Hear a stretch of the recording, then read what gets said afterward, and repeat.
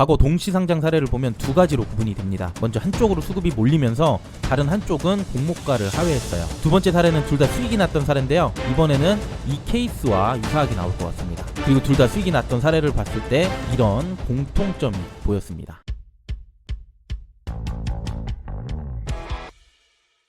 안녕하세요 여러분, 집에서 돈 버는 방법 집돈버 굿즈입니다. 이제 하루 남았네요. 내일 바이오인프라와 삼성스펙 8호가 상장합니다.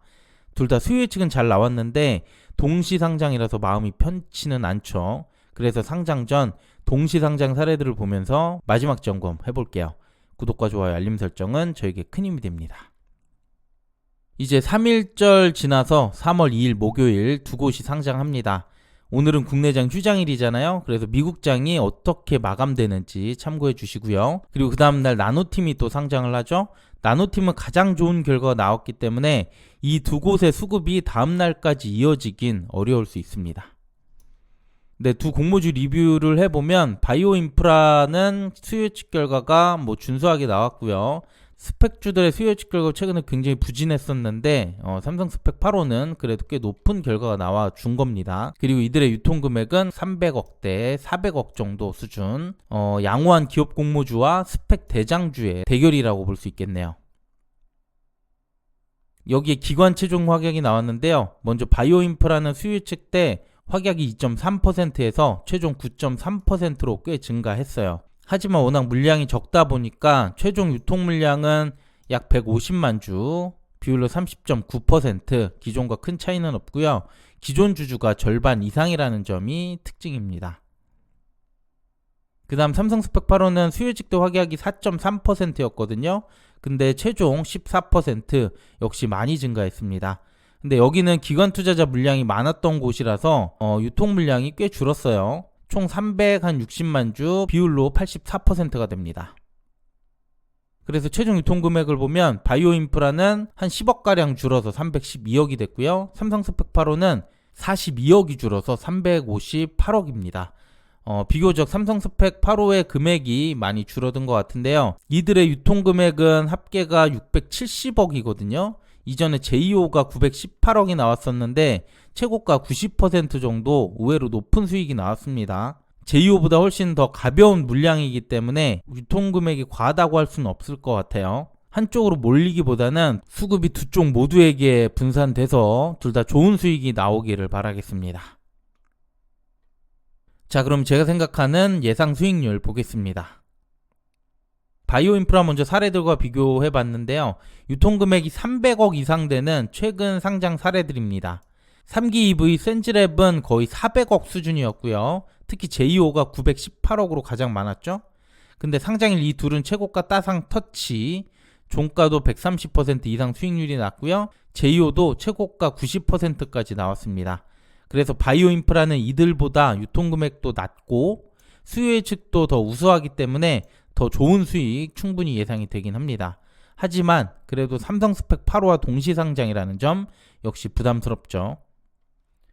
그래서 저는 조금 보수적으로 더블가인 100%로 목표 수익률을 잡아봤고요. 이렇게 되면 목표 주가는 42,000원이 됩니다.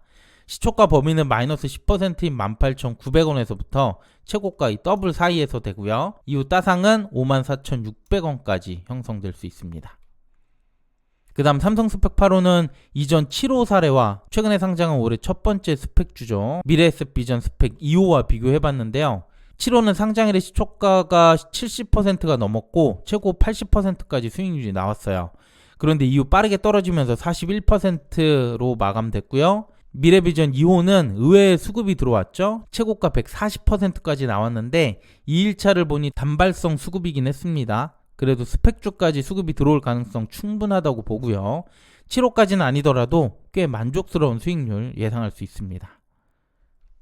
삼성 스펙 8호도 역시 조금 보수적으로 잡아서 수익률은 60%로 잡았습니다. 그러면 시초가 범위는 마이너스 10%인 9,000원에서부터 최고가 더블 2만원 사이가 되고요. 이후 따상은 26,000원까지 올라갑니다.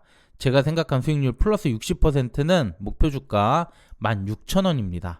참고해주세요. 네, 그럼 동시상장 사례들 바탕으로 주가 흐름 보겠습니다. 이번 상장은 동시 상장이라고 했죠. 그래서 이전 사례들을 이제 보다가 보니까 두 가지로 구분이 되더라고요. 먼저 둘 다 수익이 나온 사례를 보면 작년 2월에 스코넥과 이지트로닉스, 그리고 작년 10월이죠. 모델솔루션 이노룰스가 있었습니다. 스코넥과 이지트로닉스의 수익률은 좀 차이가 있기는 했지만 그래도 모두 수익이 나온 케이스라고 할 수 있어요. 그 다음 둘 다 작년 11월인데 수요 예측이 좋은 한쪽에만 이렇게 수익이 50% 이상 났고요. 나머진 손실이 발생했습니다.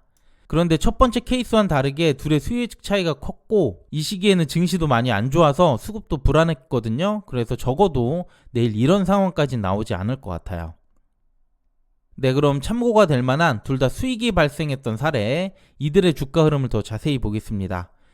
스코넥은 시초가 100%, 이지트로닉스는 7%로 상반된 출발을 했었죠. 그런데 스코넥이 바로 따상 터치 후 하향 추세를 보이면서 수급은 이지트로닉스로 몰리는 현상을 보였습니다. 두 번째 사례는 둘 다 시초가가 비슷하게 출발했지만 모델 솔루션이 빠르게 최고가 부근까지 주가가 올라갑니다. 그러자 이후 이노룰스로 수급이 또 이동이 되는 게 보이시죠? 결국 동시 상장에서 둘 다 플러스가 나온 것들을 보면 수급이 한쪽에서 다른 한쪽으로 이동한다는 건데요. 그래서 내일 한쪽이 이렇게 높게 시작한다면 장 초반에 매도하는 게 좋을 것 같고요. 다른 한쪽은 조금 더 기다릴 필요가 있습니다. 네, 그러면 오늘 말씀드린 내용 정리해 보겠습니다. 먼저 목표 수익률은 바이오 인프라를 저는 더블로 예상했고요. 삼성 스펙 8호는 플러스 60% 잡아봤습니다. 최근 공모주 사례를 보고 분석을 했고요. 이 수익률은 제 개인적인 기준이기 때문에 투자 성향에 따라서 조금씩 조정할 필요가 있겠습니다. 그 다음 동시호가 때 한쪽으로 수급이 몰리는 케이스가 발생할 수 있거든요.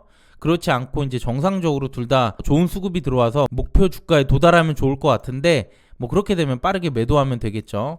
하지만 한쪽으로 몰려서 시초가가 이 높은 곳이 있다면 그쪽은 저는 매도하는 게 좋다고 생각이 들고요. 반대로 시초가가 낮게 출발하는 곳, 이쪽은 장 초반 이후에 수급이 이동될 수 있을 여지가 있습니다.